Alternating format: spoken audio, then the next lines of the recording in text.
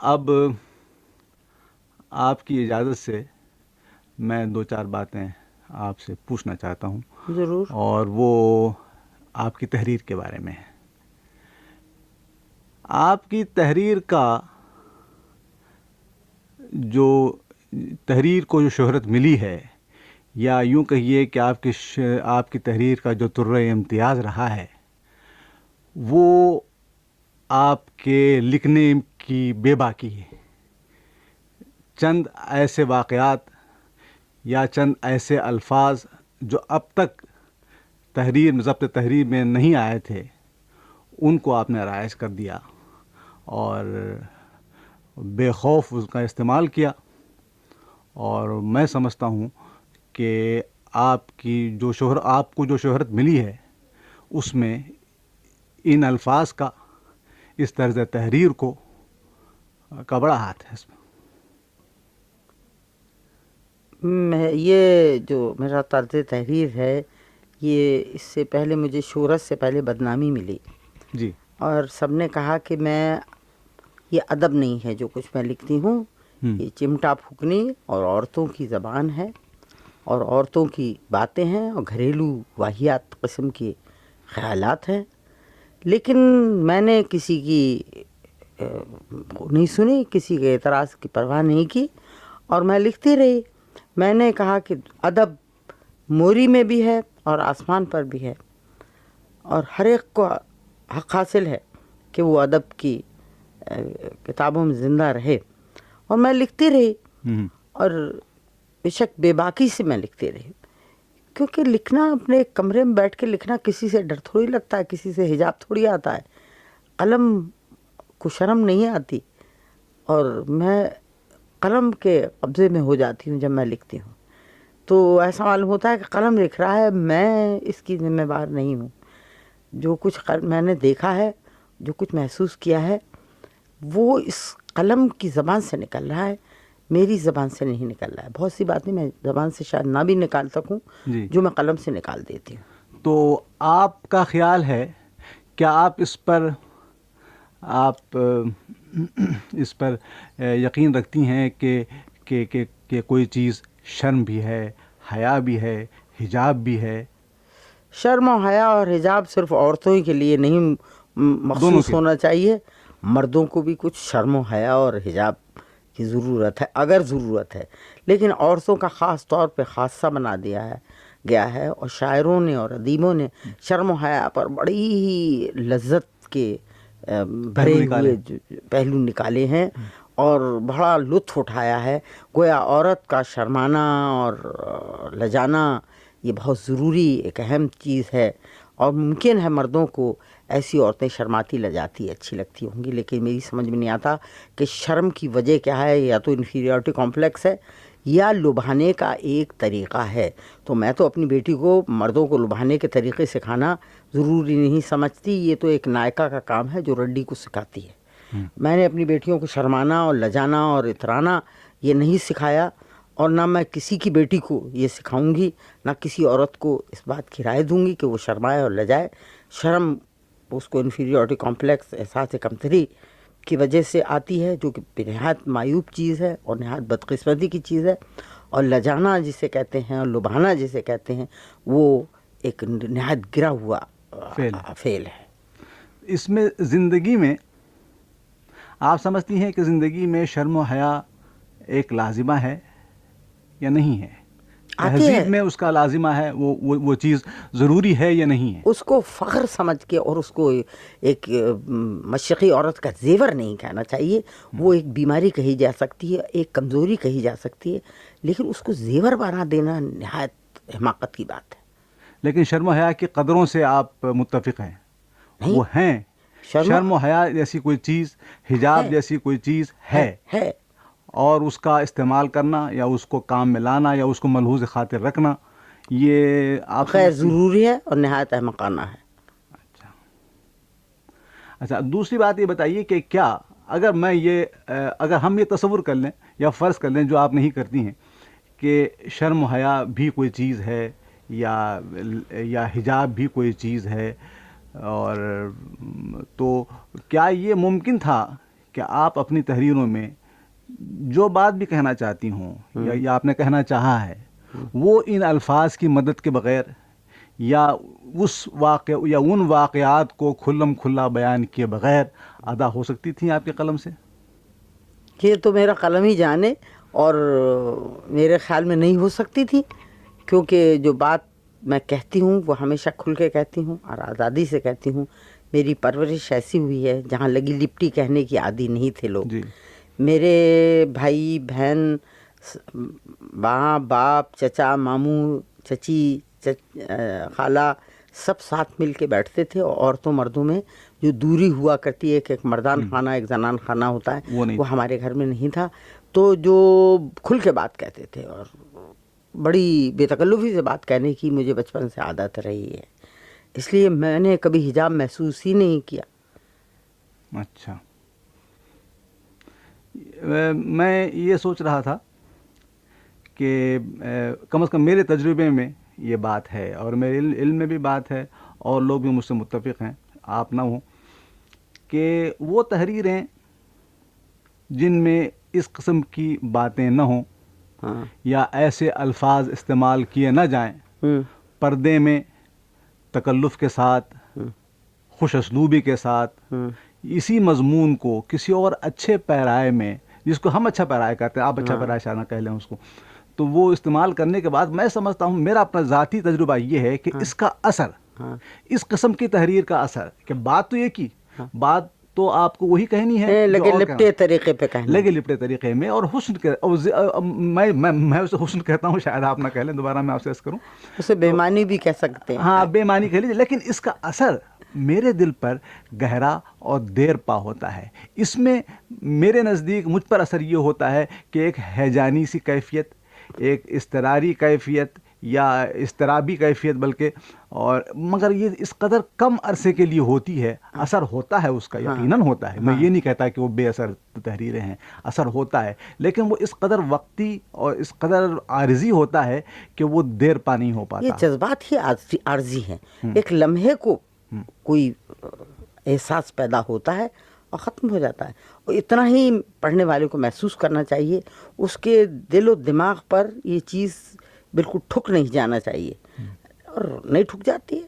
اور ہاں، ذرا لذت میں کمی ہو جاتی ہے اگر ایسے آپ کھرے پن سے، بھونڈے پن سے آپ کسی بات کو کہہ دیں. تو میں نے تو سب لوگوں نے یہ کہا کہ میری یہاں لذت ہے، لذت تو ہے، جنسی لذت ہے، لیکن میں نے کیونکہ عنوان ہی ایسے لذت دار ہیں، لذت دار ہیں. وہ لذت دار یوں ہوئے کہ وہ انوکھے تھے.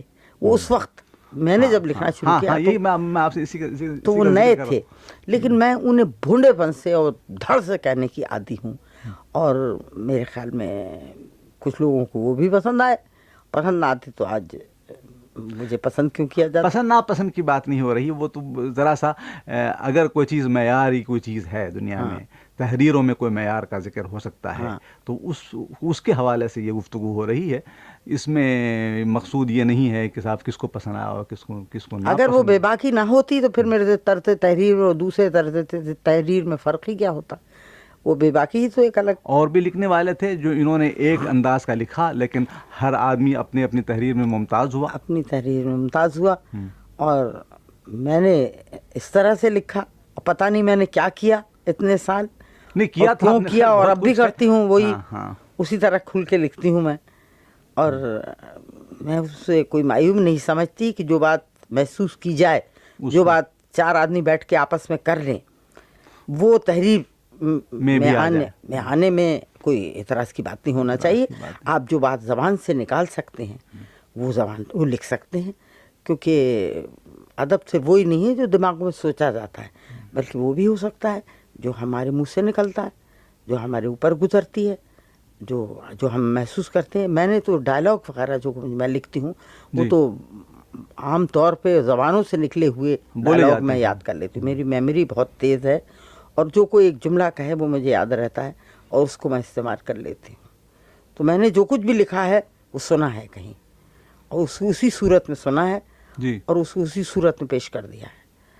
آپ نے کبھی غیر ارادی طور پر اس تحریر کے علاوہ بھی کوئی اور تحریر بھی لکھنے کی کوشش کی ہے جس کا میں ذکر کر رہا ہوں؟ کوئی مضمون آپ کا, کوئی کہانی ایسی پہلے جیسے یا بعد؟ بہت سی میری کہانیوں میں کوئی جنسی ہاں وہ ذکر نہیں ہے. مثلا ننھی کی نانی میں آپ کو نہیں نظر آئے گا, زہر کے پیالے میں آپ کو نہیں کچھ سیکس نہیں نظر آئے گا, چوتھی کی جوڑا میں سیکس نہیں ہے, بلکہ حالات زندگی ہیں, احساسات ہیں جو ایک شخص کے اوپر گزرتی ہے, وہ ہے. بہت سی کہانیوں میں نہیں ہے. اور لیکن کیونکہ میں نے ایک کہانی لحاف لکھ دی تھی, اس کی وجہ سے میرے اوپر ایک ٹھپا لگ گیا.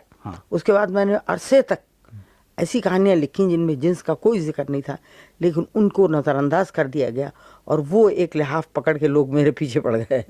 ہاں یہ تو ہوا. اچھا دیکھیے, میں ایسا کرتا ہوں پھر کہ میں اپنے سوال کو دوسرے انداز میں مرتب کرتا ہوں. اب آپ نے ابھی میری کہانی جو ریکارڈ کی ہے, اس میں جنس کہاں ہے؟ نہیں, اس میں ایک انسان کی خودداری اور ایک ضد اور ایک حالات جو انسان یہ کو مضمون ہی وہ نہیں ہے. ہاں مضمون نہیں, وہ نہیں ہے, اس میں جنس کا کوئی ذکر نہیں ہے. دیکھیے میں آپ سے ابھی عرض کرتا ہوں دوبارہ کہ میں نے جو پہلے سوال کیا تھا اس کو میں دوبارہ مرتب کرتا ہوں.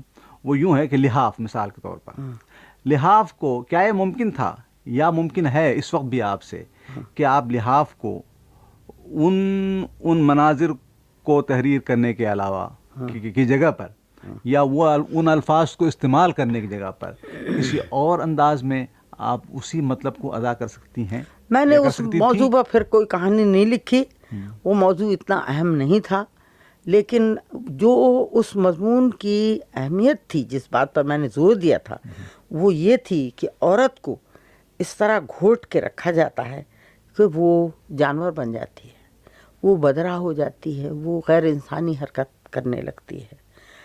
اس کا اور بس تو چلتا نہیں, وہ یہ تو کر نہیں سکتی کہ اگر شوہر ناپسند ہے تو کوئی دوسرے مرد سے. اس وقت کا حال تھا. یہ ایک خاص طبقے کی عورت ہے جو یہ نہیں کر سکتی, جو قید ہے, جو محلوں میں بند ہے.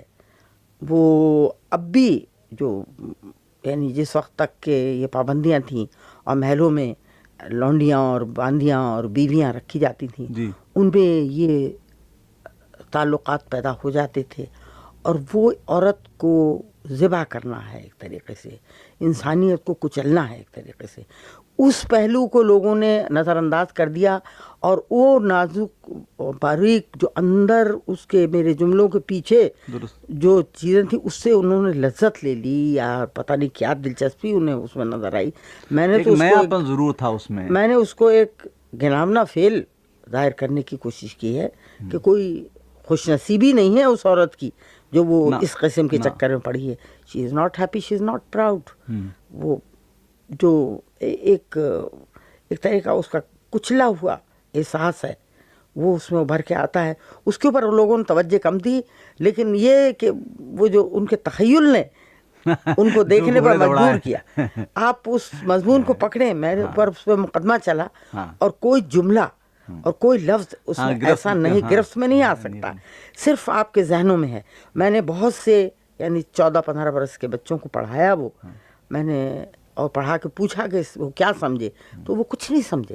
وہ صرف وہی شخص اس سے لذت دے سکتا ہے جو اس لذت کا عادی ہے اور اس سے واقف ہے. تو میں نے تو اس کو بڑا بند طریقے پر لکھا ہے, کھل کے نہیں لکھا ہے. میرا قلم بہت ہی ہوشیاری سے اور چالاکی سے اس نے وہ باتیں لکھی کہ صرف جاننے والا ہی سمجھ سکتا ہے, اور انجان کا ذہن نہیں اس سے گندا ہوتا. تو مقصود آپ کا یہ تھا یا گھنونا منظر پیش کرنا تھا؟ نہیں, مجھے تو یہ بتانا تھا کہ ایسا بھی ہوتا ہے اور ایسا بھی ہو رہا ہے, اور جو آپ نے پردے میں بند کر کے عورتیں رکھی ہیں جنہیں آپ بڑا محفوظ سمجھتے ہیں, وہ محفوظ نہیں ہیں. وہ مرد تک تو نہیں پہنچ پاتی, لیکن دوسرے طریقے اختیار کر لیتی ہیں. ایک خدا نے ایک جذبہ پیدا کر دیا ہے انسان میں, جس کی تشفی وہ چاہتا ہے, وہ ایک طریقے سے نہیں ملتی تو دوسرے بھیانک طریقے سے اس کو سیٹسفائی کر لیتا ہے. اور یہ گھٹن جو طبقے میں اور ہم لوگوں نے روا رکھی ہے, اور جس کو بڑی شان کی بات سمجھتے ہیں, جس پر بڑا فخر کرتے ہیں کہ ہماری بیویاں پاک باز ہیں, تو میں ایسی بیویوں کو پاک باز نہیں کہوں گی. اس سے زیادہ پاک باز ایک عورت وہ ہے جو اپنے میاں کے علاوہ کسی دوسرے مرد سے تعلق پیدا کر لیتی ہے. وہ کم سے کم انسانی تعلق ہے, اور وہ جائز تعلق ہونا چاہیے, اور وہ زیادہ قابل فخر ہونا چاہیے, بجائے اس کے کہ اس کو ڈسٹارٹ صورت اس کی اختیار ہو جائے. ڈسٹارٹ, وہ صحت مند ہے, وہ صحت مند ہے, اور وہ زیادہ پاک باز ہے. وہ عورت زیادہ پاک باز ہے. پاک بازی اور صحت مندی میں کوئی الفاظ میں گڑمٹ تو نہیں ہو رہا ہے اس وقت ہماری گفتگو میں؟ صحت مند کے معنی یہ کہ قدرت کی طرف سے جو دیا گیا ہے اس کو جائز طریقے پر، جائز کیا، انسانی اصول کے مطابق اس کو تسلی اور تشفی حاصل کی جائے. اور ایک یہ ہے کہ دوسرے طریقے اختیار کیے جائے. تو وہ جو لوگوں عورتوں کو پردے میں بٹھا دینے سے، ان کو قید کر دینے سے پاک باز وہ نہیں بنیں گی، نہیں، ذہنی طور پر وہ اتنی زیادہ گندی ہو جائیں گی. اچھا، میں اس موضوع کو یا اس گفتگو کو ختم کرنے سے پہلے میں چاہتا ہوں کہ اسی موضوع کی ایک اور بات آپ سے پوچھ لوں، اور وہ یوں ذاتی یوں بن جاتی ہے. سوال یہ ہے کہ ان دنوں لحاف آج سے آپ نے کوئی 42 میں لکھا تھا. 42 میں کوئی 35 برس پہلے آپ نے لکھا اس کو.